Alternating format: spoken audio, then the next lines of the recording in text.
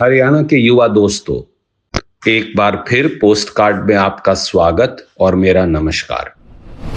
नए साल में उम्मीद है कि प्रदेश की जाबाज और काबिल युवा शक्ति नायब जाल के फंदे से बची रहेगी, भाजपा के साजिशी चक्रव्यूह से सुरक्षित रहेगी।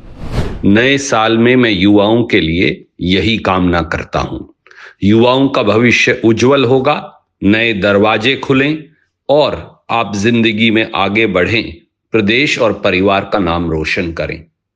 पर जब मैं आपको सब ये बात कह रहा हूं तो एक चिंता सबसे बड़ी सीईटी के जंजाल को लेकर सताई जा रही है।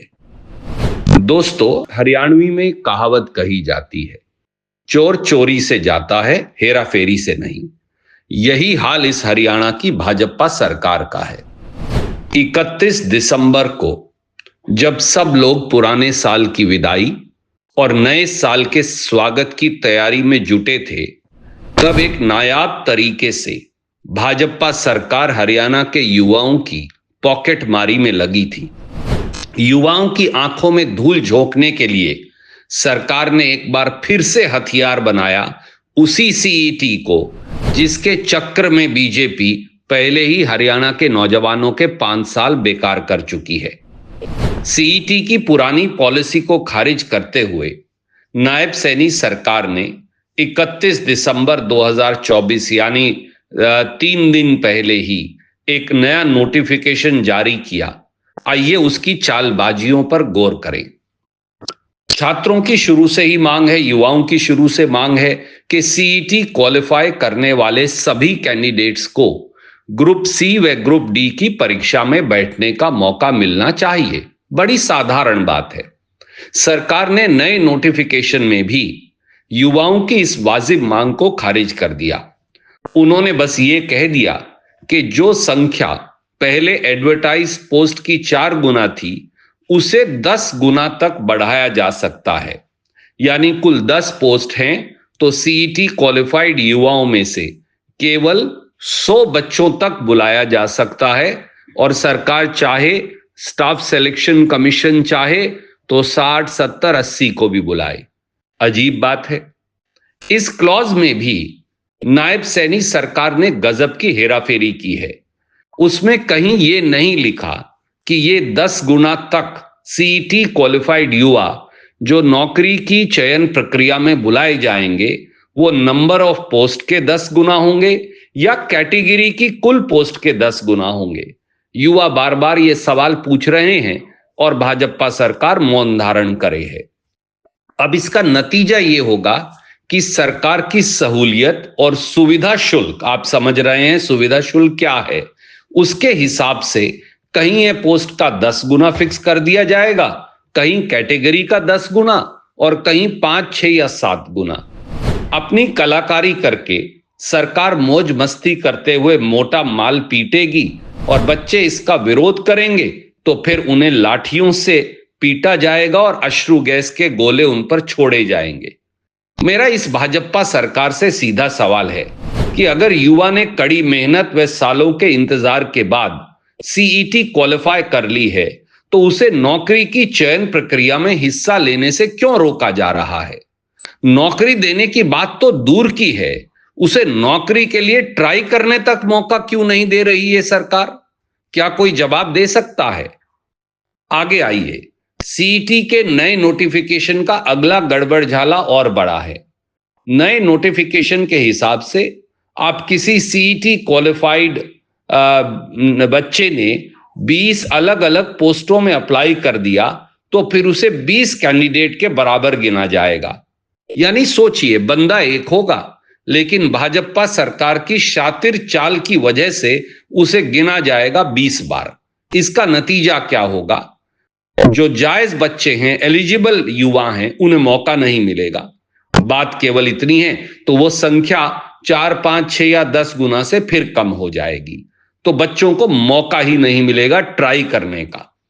तीसरी बात, सैनी सरकार की अगली चाल तो और सर चकराने वाली है। सच कहूं तो कई बार यह तय करना मुश्किल हो जाता है कि महाभारत के शकुनी ज्यादा शातिर चाल चलते थे या फिर ये भाजपा की मौजूदा सरकार जिसके मुखिया श्रीमान नायब सैनी हैं। सीईटी के पहले नोटिफिकेशन के समय तत्कालीन मुख्यमंत्री श्री मनोहर लाल खट्टर ने कहा था कि सीईटी एग्जाम साल में 2 बार होगा।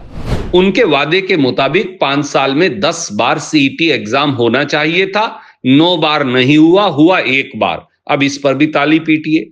खट्टर जी की इस वादा खिलाफी पर ज्यादा हैरान होने की जरूरत नहीं, क्योंकि भाजपा का तकिया कलाम यह है, कहो कुछ करो कुछ। अब आगे आइए, तय कीजिए कि इस वाले नए सीएम ने क्या किया है। इन्होंने नए नोटिफिकेशन में बताया ही नहीं कि सीईटी एग्जाम साल में कितनी बार होगा। बस एक लाइन लिख दी कि सीईटी एग्जाम का नतीजा 3 साल तक वैध रहेगा। अब आप इस लाइन का नतीजे का कारण निकालते रहिए।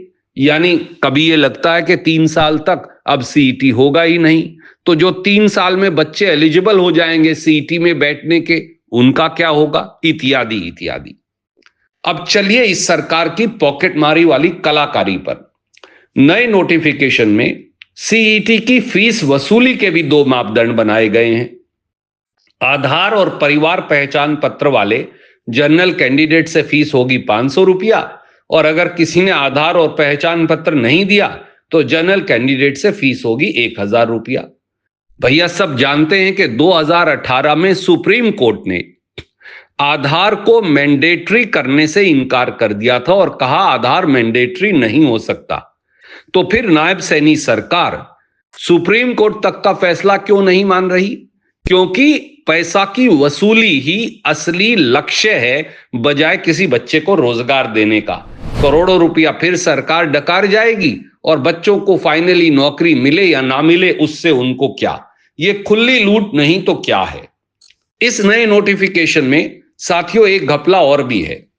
पहले नोटिफिकेशन में भी था कि जिससे साफ हो गया उसकी प्रक्रिया से कि टेक्निकल और मेडिकल पदों को सीईटी में शामिल नहीं किया जा सकता, क्योंकि उनकी क्वालिफिकेशन यानी योग्यता अलग है, प्रोसेस अलग है, रिक्वायरमेंट्स अलग है और तजर्बे की शर्तें भी अलग हैं।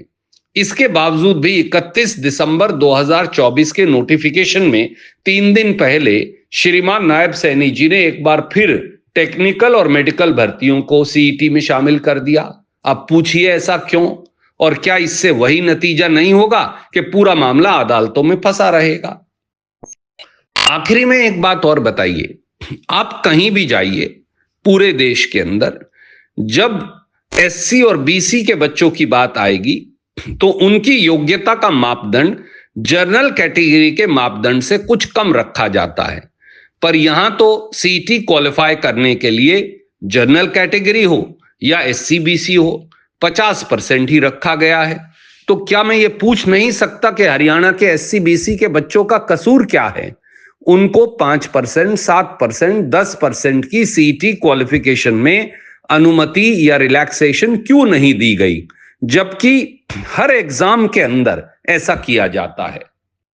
दोस्तों, युवाओं, भाजपा सरकार की इस पूरी साजिश का एकमात्र लक्ष्य है कि हरियाणा के 50 लाख से ज्यादा युवाओं को सीईटी के चक्कर में अगले 5 साल तक उलझाकर रखा जाए।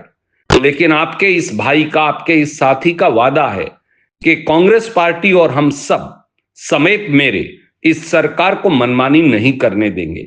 नए साल में मेरा संकल्प है कि हरियाणा के युवाओं के सहयोग से हरियाणा के युवा शक्ति की लड़ाई सड़क से संसद तक, और जरूरत पड़ेगी तो हमारे विधायक साथी विधानसभा में मजबूती से लड़ेंगे। ये हमारा संकल्प भी है, ये लक्ष्य भी है, और ये प्रदेश के युवाओं के उज्जवल भविष्य के लिए हमारा धर्म भी है। नमस्कार, राम राम, जय हरियाणा, जय हिंद।